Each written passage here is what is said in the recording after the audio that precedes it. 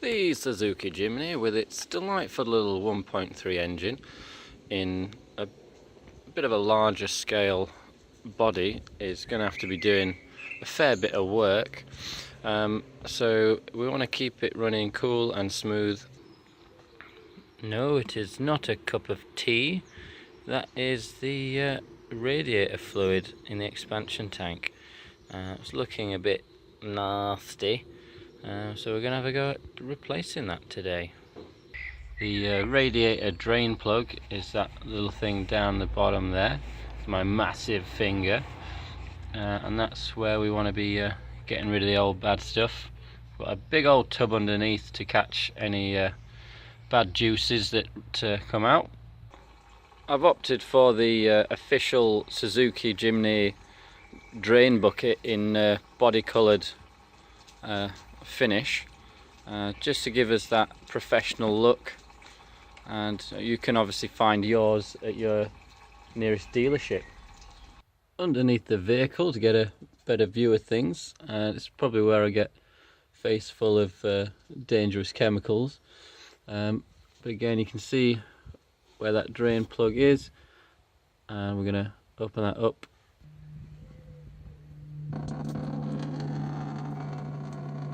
There she goes. It's starting to drain out, and to speed things up a little bit, just release the old filler cap. You can hear it giving a good old drizzle down in the depths. To get this fully off, you just need to give it a bit of a press down as you twist. It's looking a little bit cruddy, but sat around in water all day, it's going to happen. Turns out the plug does come out completely, which will help speed things up a bit if you're doing an entire flush of the system. Alternatively, you can take off this bottom hose with your every job tool. Just give that a squeeze to remove the clamp, and that'll obviously get you gushing in no time. My best angle for filming. So you got your every job tool, which we will figure out the name for properly later. So I've taken off the clamp that I pointed at earlier. So we're going to try and take the hose off and hopefully not ruin my eyesight. Let's see what happens. It's definitely winning a BAFTA. Yeah, the production values on this are like top notch. And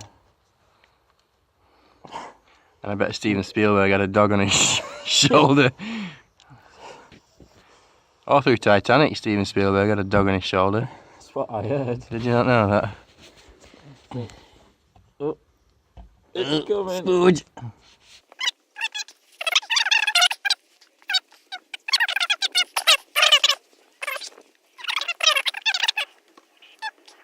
Because access is not the easiest. I'll just throw in some other excuses. Dog in the face, which is a keen feature of our videos. What? This doesn't help! Ah!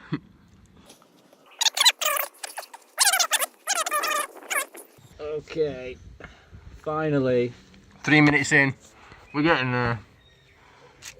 And it's all down my sleeve! Ah! Oh, God! Oh no! Oh, How's it feel? that's moist. Is it moist? It's mostly moist. It's mostly down there. Oh God!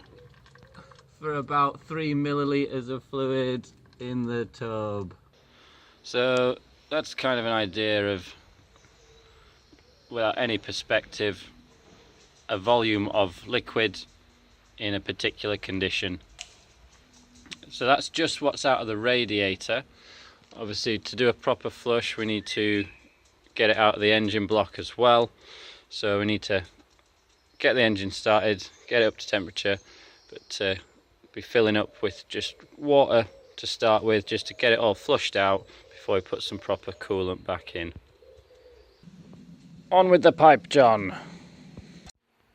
If you are unsure, these are two of the essential every job tools. We have the adjustable spanner ridge and T for hot beverage. It's not an adjustable spanner. It's not a T for hot beverage. It's a cup. Empty cup. All the hoses are reconnected and the drain plug back in. What we're going to do is run the engine to get it up to temperature, leaving the cap off because you don't want to then take the cap off when it's hot and it just burn your face off. So once it's up to temperature, the thermostat will kick in and allow the waste water to get free and moving.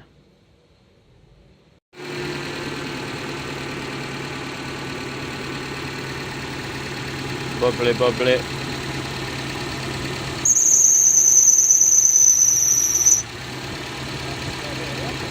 Squeaky hose. Sounds like an exciting weekend.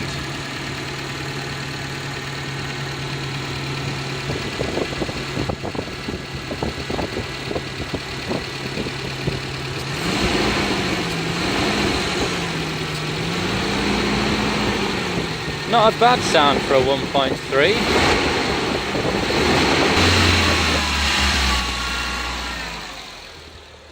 How do we know when the thermostat's kicked in, John? Because the water level in the radiator will suddenly drop down. How might we assist the speeding up of the process, John? Well, Kieran, if we put the heater on full blast, and that way the water is circulated through the heating system as well as just the engine and the radiator. Ah, handy tip number 2. We've run the engine until this top hose is hot. So we've switched the engine off. I'm going to open the drain plug that's down in that bottom corner again and let that all drain out. We're going to check the condition of that, and we want to do the repeat of the process till that top hose is hot again, until the water comes until the water comes out nice and clear. Then we know it's fresh and clean and we can put some proper coolant and everything back in. What the actual fuck? Excuse my language. There's a friggin' slug.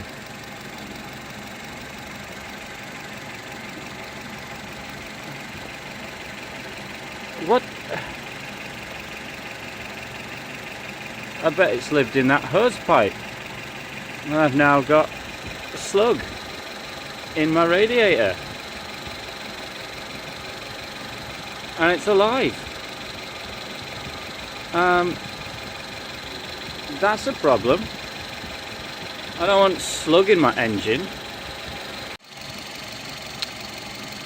Well, I've managed to assist the slug on its escape from the radiator. Because he's not meant to be in there, but I don't think he particularly wanted to be in there. But he definitely needs to find somewhere else to be. As part of the process, you're going to need to remove, clean out and refresh any fluid that's in the reserve or overflow. To do that, it just kind of clips on at the back, so you just wiggle, lift it away. The cap probably should have taken off before I lifted, but there's some marks there that when you put the tube back in is to line up those two arrow points to each other. But it is just kind of a pop-off scenario, which is tricky with one hand. When it does come to refilling, obviously take note of the marks that are on there. They're there for a reason. So don't overfill it and keep it above the minimum. When you come to put it back on, nice, simple, easy job. As I say too often, just presses back in. I've got myself some of this jazzy juice to top things back up. Obviously it would be advisable to perhaps use a funnel or something to improve your accuracy, but again, living dangerously, and that looks radioactive.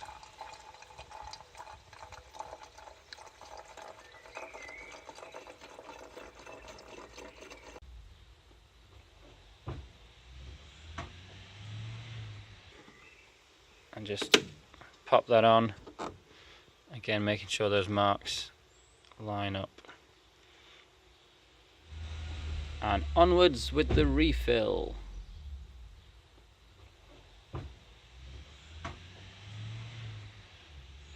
Obviously you want to make sure that that drain plug is in there and that it's nice and tight, because you don't want all this goodness seeping out of the bottom. I believe the recommended dilution is a 50-50 mix. So once you've got your coolant in there and you've topped up with your water, you know your right measures, you want to check you haven't got any remaining slugs in there that might be affecting your engine, and then you should be good to go. You give it a run and check your level and top it up as necessary. You damn old slimy slug.